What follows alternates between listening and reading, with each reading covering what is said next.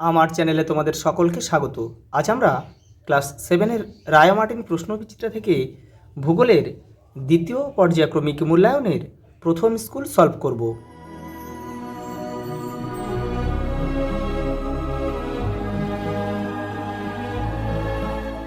প্রথম প্রশ্ন দেখো, পৃথিবীর ছাদ বলা হয় পামির মালভূমিকে। অপশান সি আমাদের সঠিক উত্তর। পরেরটা দেখো, হিমালয় পর্বতে বাধা পেয়ে ভারতে বৃষ্টিপাত ঘটায়। দেখো কোন বায়ু? খামসিন হবে না, এটা আফ্রিকায়। দক্ষিণ পশ্চিম মৌসুমি বায়ু। অপশান বি আমাদের সঠিক উত্তর। পরেরটা দেখো, ইউরোপের রাইন একটা আন্তর্জাতিক নদী। আন্তর্জাতিক নদী বলতে যেসব নদীগুলি একাধিক দেশের মধ্যে দিয়ে প্রবাহিত হয়েছে। পরেরটা দেখো, পার্বত্য প্রবাহে অর্থাৎ উচ্চ গতিতে নদীর প্রধান কাজ ক্ষয়, কারণ এই সময় কিন্তু ভূমির ঢাল কিন্তু বেশি থাকে। কোথায় আছে দেখো, ভূমির ঢাল কম, ভূমির ঢাল বেশি, বন্ধুরতাও বেশি, মানে এবড়ে খেবড়ো। এই যে অপশান বি আমাদের সঠিক উত্তর। তারপরেরটা দেখো, কাদা পাথরের সৃষ্টি হয়। কাদা পাথর একটা পাললিক শিলার উদাহরণ। তাহলে পাললিক শিলা দেখো সমুদ্রের নিচে পলি স্তরীভূত হয়ে বা স্তরে স্তরে জমা হয়ে কিন্তু কাদা পাথরের সৃষ্টি হয়। দেখো পরেরটা দেখো, কলকাতার ভিক্টোরিয়া মেমোরিয়াল সৌধটি তৈরি করা হয়েছে মূলত মার্বেল পাথরে। আফ্রিকার উপর দিয়ে বিস্তৃত একটি উল্লেখযোগ্য দ্রাঘিমা রেখা, ভালো করে লক্ষ্য করবে দ্রাঘিমা রেখা।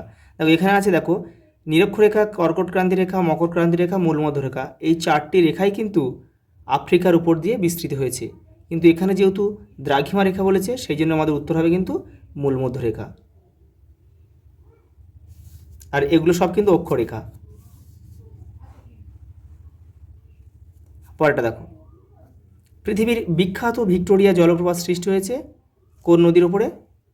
জাম্বেজি নদীর উপরে। অপশান এ আমাদের সঠিক উত্তর। পরেরটা দেখো, পৃথিবীর বৃহত্তম বাঁধটি হলো উচ্চ আসন বাঁধ। নীল নদের উপর কিন্তু এটা গড়ে উঠেছে। গরমকালে সাহারা মরুভূমির উপর দিয়ে প্রবাহিত গরম ও শুষ্ক বাতাস যে নামে পরিচিত, সেটা হলো খামসিন। কোথায় আছে দেখো, এই যে খামসিন। পরেরটা দেখো, দুইয়ের দাগে শূন্যস্থান দিয়েছে। দেখো প্রথম প্রশ্ন, হিমালয় ও কোন পর্বতশ্রেণীর মধ্যে তিব্বত মালভূমি অবস্থিত? এটা হয় কুয়েন লুন। কুয়েন লুন। পরেরটা দেখো, মহাদেশীয় ও মহাসাগরীয় পাতগুলি কোন স্তরের উপর ভাসমান অবস্থায় আছে? অ্যাস্থেনোস্ফিয়ার।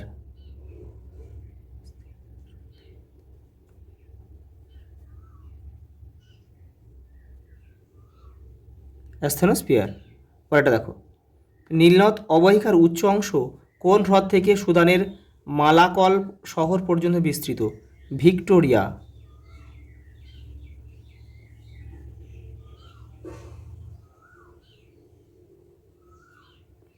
সাহারা মরুভূমির বালি ও পাথর মিশ্রিত এলাকাগুলি রেগ নামে পরিচিত। দেখো পরেরটা সত্য মিথ্যা দিয়েছে। সত্য হলে ঠিক এবং অসত্য হলে ভুল। ঠিক যেমন নির্দেশ দেবে তেমন কিন্তু তোমাদেরকে করতে হবে। দেখো, জাপানের ফুজিয়ামা একটি আগ্নেয় পর্বতের উদাহরণ। এখানে সত্য লিখলে কিন্তু হবে না, দেখো সত্য হলে ঠিক, তাহলে এখানে আমাদের ঠিক লিখতে হবে।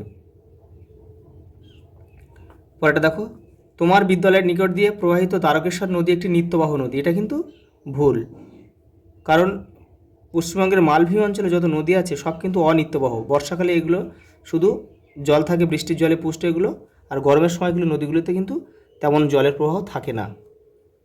দেখো, ভূপৃষ্ঠস্থ ভেঙে যাওয়া শিলাচূর্ণের স্তরকে রেগোলিথ বলে। এটা ঠিক। পরেরটা দেখো, অ্যাটলাস পর্বতের সর্বোচ্চ শৃঙ্গ হলো মাউন্ট কিলিমাঞ্জারো। এটা কিন্তু এটা যেমন অনিত্যভাব হবে, এটা কিন্তু ভুল। এই মাউন্ট কিলিমাঞ্জারোটা হবে না, এটা কিন্তু একটা ভুল বাক্য রয়েছে। তাহলে এটা এটা যদি তৌবকাল হতো, মাউন্ট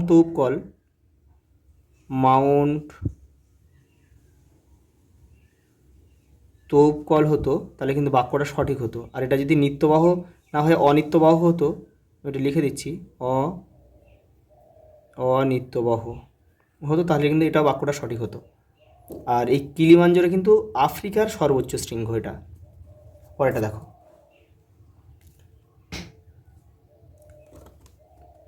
পৃথিবীর বৃহত্তম নদী অববাহিকা কোনটি? আমাজন।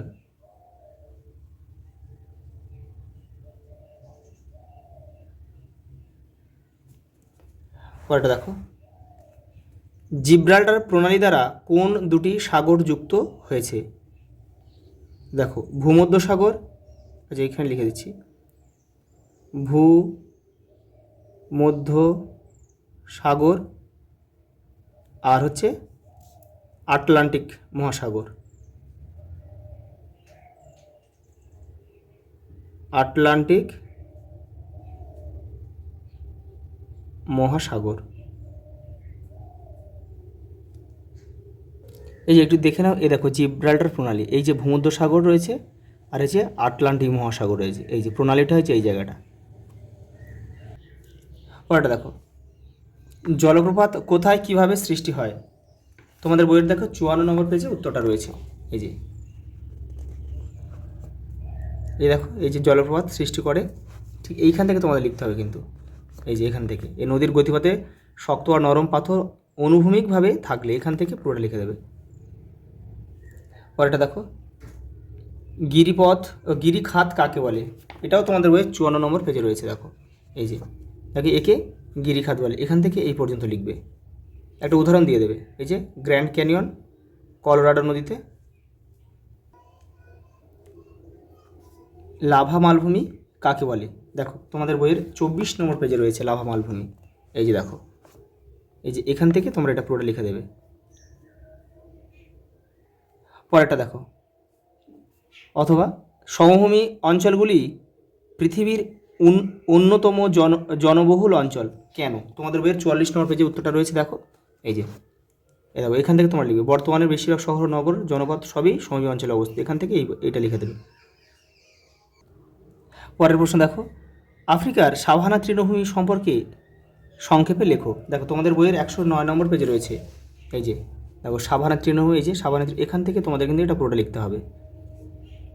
পরের প্রশ্ন দেখো, আফ্রিকার দ্বিতীয় দীর্ঘতম নদী কোনটি? এখানে লিখে দিচ্ছি কঙ্গো।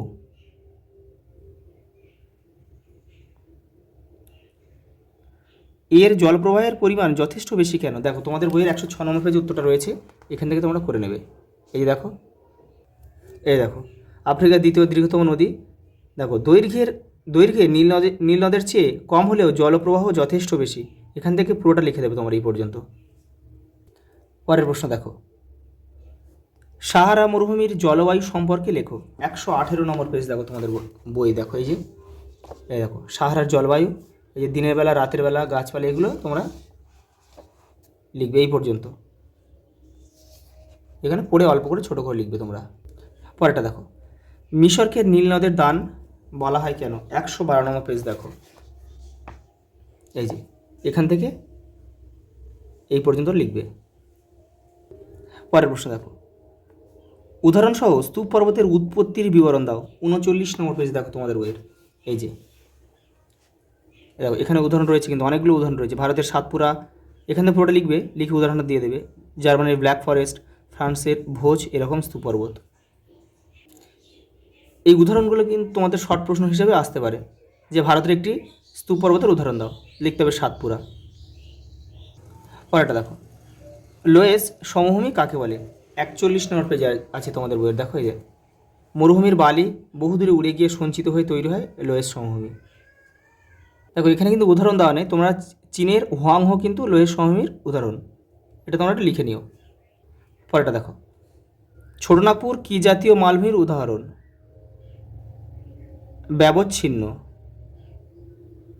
ব্যবচ্ছিন্ন মালভূমির উদাহরণ। নদীর গতিপথে অশ্বক্ষুরাকৃতির হ্রদ কীভাবে সৃষ্টি হয়? 55 নম্বর পেজে তোমাদের বইয়ে উত্তরটা রয়েছে, দেখে নাও। এই দেখো অশ্বক্ষুরাকৃতির হ্রদ, এখান থেকে তোমাদের এই পর্যন্ত লিখতে হবে।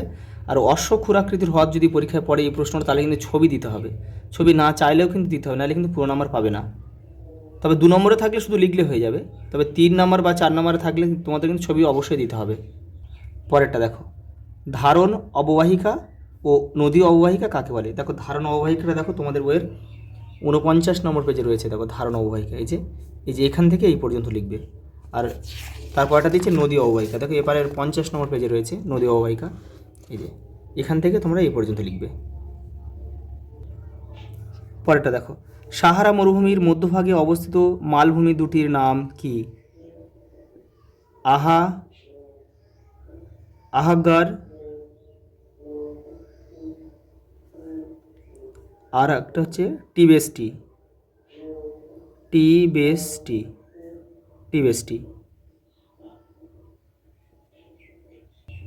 পরেরটা দেখো, পূর্ব আফ্রিকার গ্রস্ত উপত্যকায় অবস্থিত একটি উল্লেখযোগ্য হ্রদের নাম লেখো।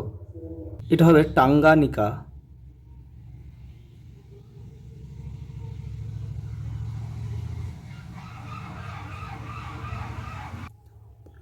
পরেরটা দেখো, আফ্রিকা মহাদেশের কোথায় ভূমধ্যসাগরীয় জলবায়ু দেখা যায়? দেখো 110 নম্বর পেজে তোমাদের বই উত্তরটা রয়েছে। এই যে আফ্রিকার একেবারে উত্তর পশ্চিম ও দক্ষিণ পশ্চিম অংশে ভূমধ্যসাগরীয় জলবায়ু দেখা যায়। পরেরটা দেখো, এখানকার উদ্ভিদগুলির নাম ও বৈশিষ্ট্য লেখো। দেখো এটাও রয়েছে, দেখো 110 নম্বর পেজে রয়েছে। দেখো এই যে এখান থেকে তো পুরোটা এই পর্যন্ত লিখে দেবে। পরেরটা দেখো, নীলনদ অববাহিকার বিভিন্ন অঞ্চলে কি কি ফসল উৎপন্ন হয়? দেখে নাও 114 নম্বর পেজে তোমাদের বই উত্তরটা রয়েছে। এই দেখো নীলনদের অববাহিকার উৎপাদিত ফসল দেখো, অঞ্চল দেখো। এই যে উচ্চ অববাহিকায় কী কী হয়? কফি, কলা, তামাক। মধ্য অববাহিকায় গম, খেজুর, জোয়ার, চীনাবাদাম। নিম্ন অববাহিকায় জলপাই, যব, ভুট্টা। আর বদ্বীপ অঞ্চলে ধান, গম, তুলো। পরেরটা দেখো, বছরে কোন সময় নীলনদের নিম্ন অংশে বন্যা হয়? জুন থেকে সেপ্টেম্বর। তো কেন বন্যা হয়? দেখো তোমাদের বইয়ের 12 নম্বর পেজে রয়েছে। দেখো এই যে এখান থেকে তোমাদের লিখতে হবে। দেখো নীলনদের দুটো উৎস হচ্ছে কি, হোয়াইট নীল আর ব্লু নীল। দেখো হোয়াইট নীলে দেখো নিরক্ষীয় অঞ্চলে অবস্থিত হয়, সারা বছর বৃষ্টিপাত হয়। আর ব্লু নীলে কী হয়, মৌসুমি এই জুন থেকে সেপ্টেম্বর ওখানে হচ্ছে গ্রীষ্মকাল। আর সেই সময় প্রচুর পরিমাণে গ্রীষ্মকালীন বৃষ্টিপাত হয় এই নদীটায়। সেখান থেকে দেখো নীলনদের বাড়তি জল চলে আসে। আর সারা বছর তো হোয়াইট নীলের সারা বছর বৃষ্টিপাত হচ্ছে। এই দুটো নদীর মিলিত প্রবাহে কিন্তু দেখো এই দেখো বন্যার ফলে নদীর দুই তীর নতুন পলি সঞ্চয় হয়। পরেরটা দেখো, মৃত্তিকা সৃষ্টির নিয়ন্ত্রকগুলি কী কীভাবে মৃত্তিকার বৈশিষ্ট্যগুলিকে নিয়ন্ত্রণ করে? তোমাদের বইয়ের 63 নম্বর পেজে রয়েছে। দেখো এগুলো লিখতে হবে, এগুলো কিন্তু সবই লিখতে হবে যেহেতু বড় প্রশ্ন। পরেরটা দেখো, চিত্র ও উদাহরণসহ নদীর নিম্ন প্রবাহে গঠিত দুটি সঞ্চয়জাত ভূমিরূপের বিবরণ দাও। দেখো তোমরা এখানে সঞ্চয়জাত ভূমিরূপ করবে, প্লাবন ভূমি করবে আর বদ্বীপ করবে। এই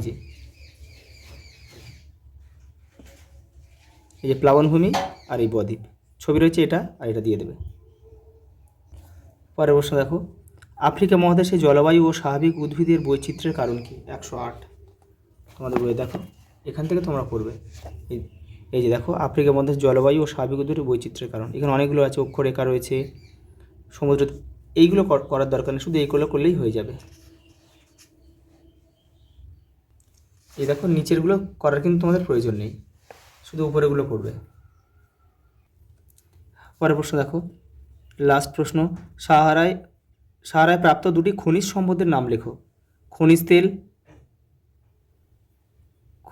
তেল আর লিখবে কি প্রাকৃতিক গ্যাস। কোন কোন দেশে এগুলি পাওয়া যায়? এগুলি পাওয়া যায় লিবিয়া আর আলজেরিয়াতে পাওয়া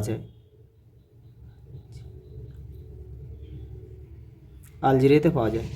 সময়ের সঙ্গে সঙ্গে তাল মিলিয়ে সাহারা মরুভূমি কীভাবে পাল্টাচ্ছে দেখে নাও। তোমাদের বইয়ের 119 নম্বর পৃষ্ঠা এটা দেখো, সময়ের সাথে সাথে সাহারা। এখান থেকে এটা পুরোটা লিখে দেবে।